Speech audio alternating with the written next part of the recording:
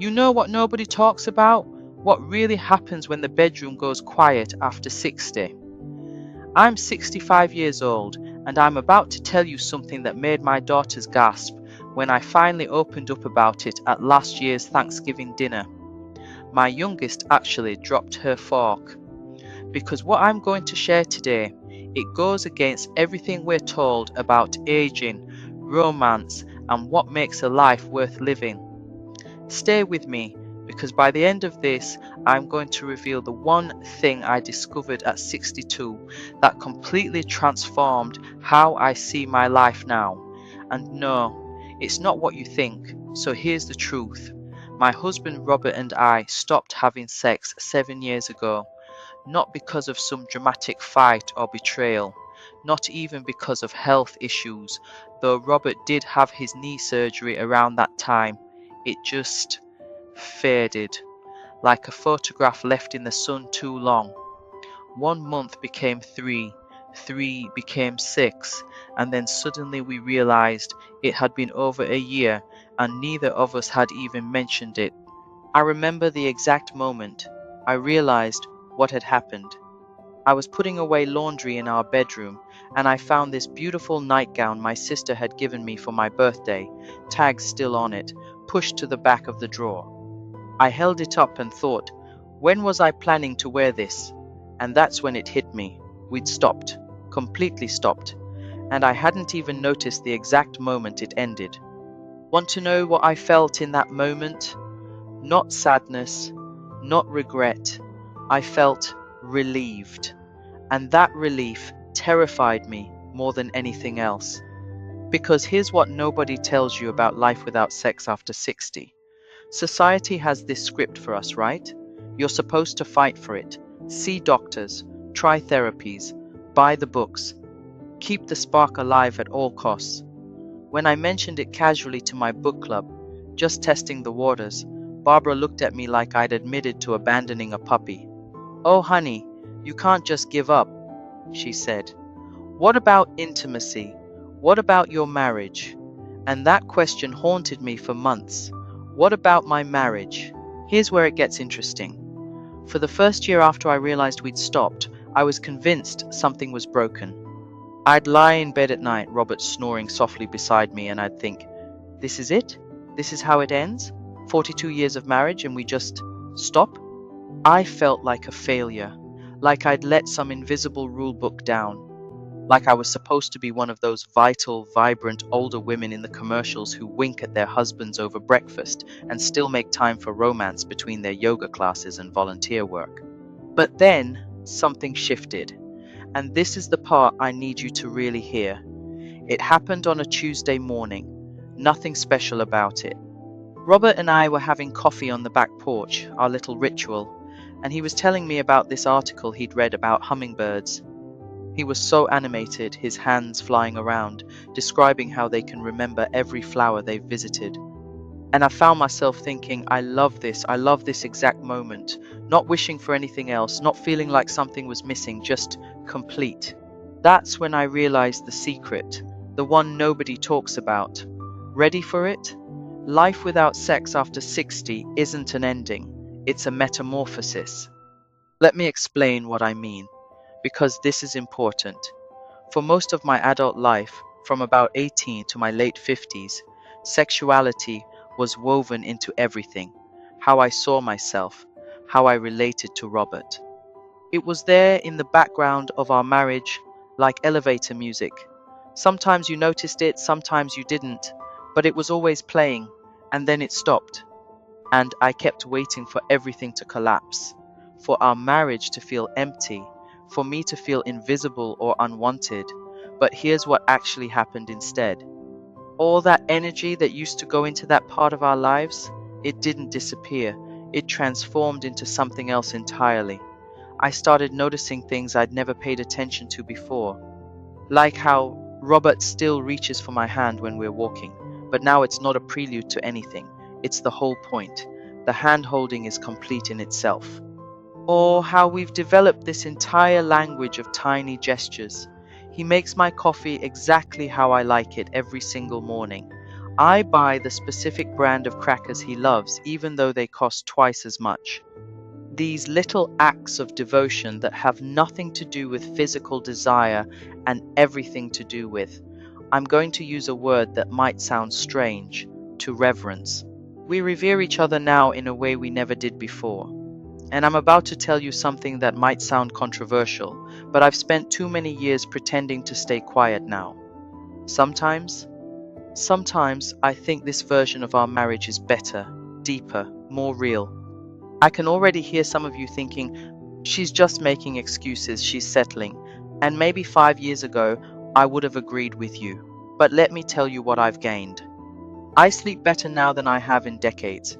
And I don't just mean physically, though that's true too. I mean mentally.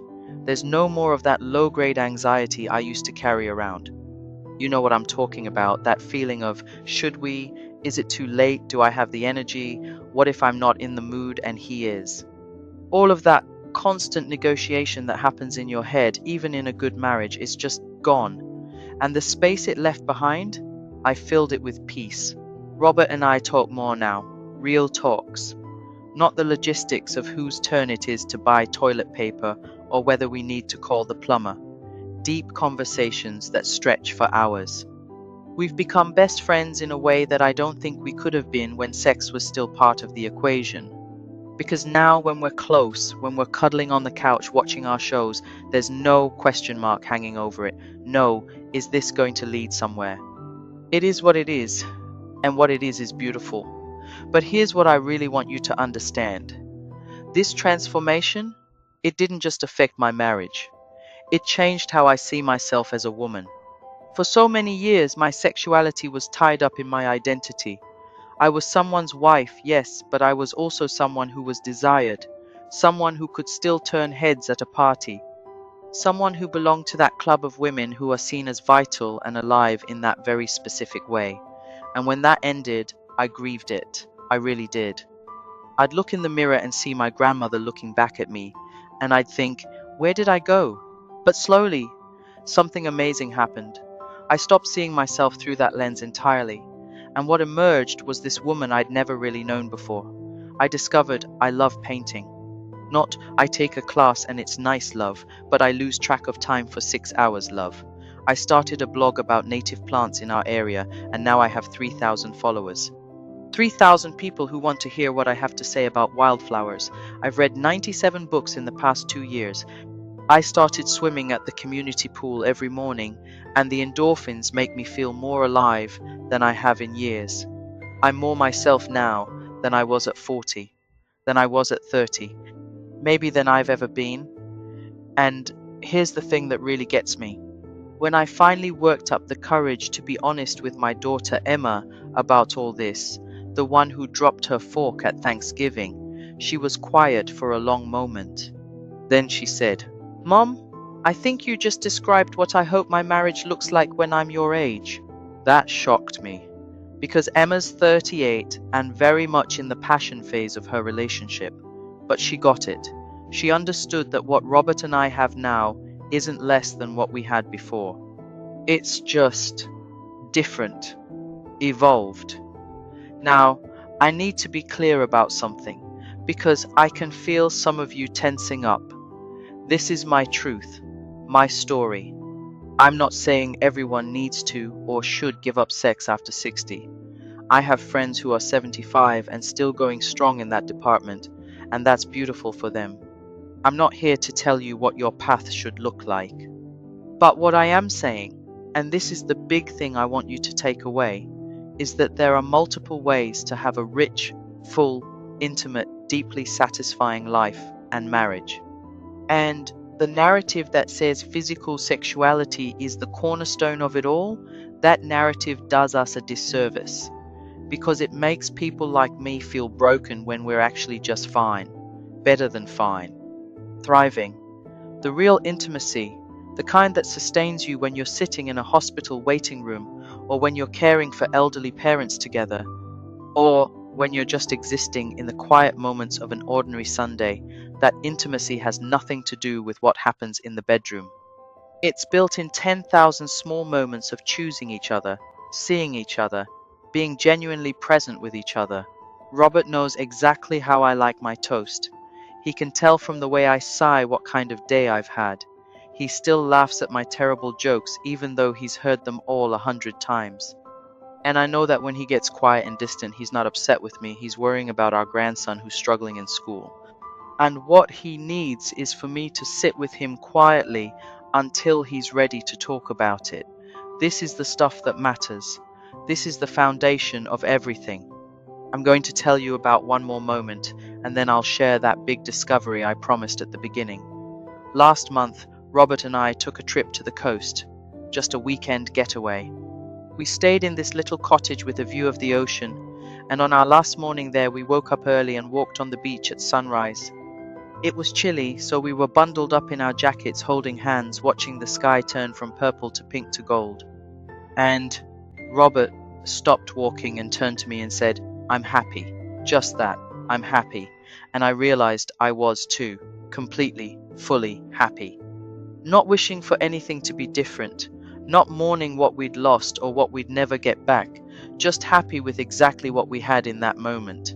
That's when I understood the real secret, the thing nobody tells you. Are you ready? The secret is this: freedom.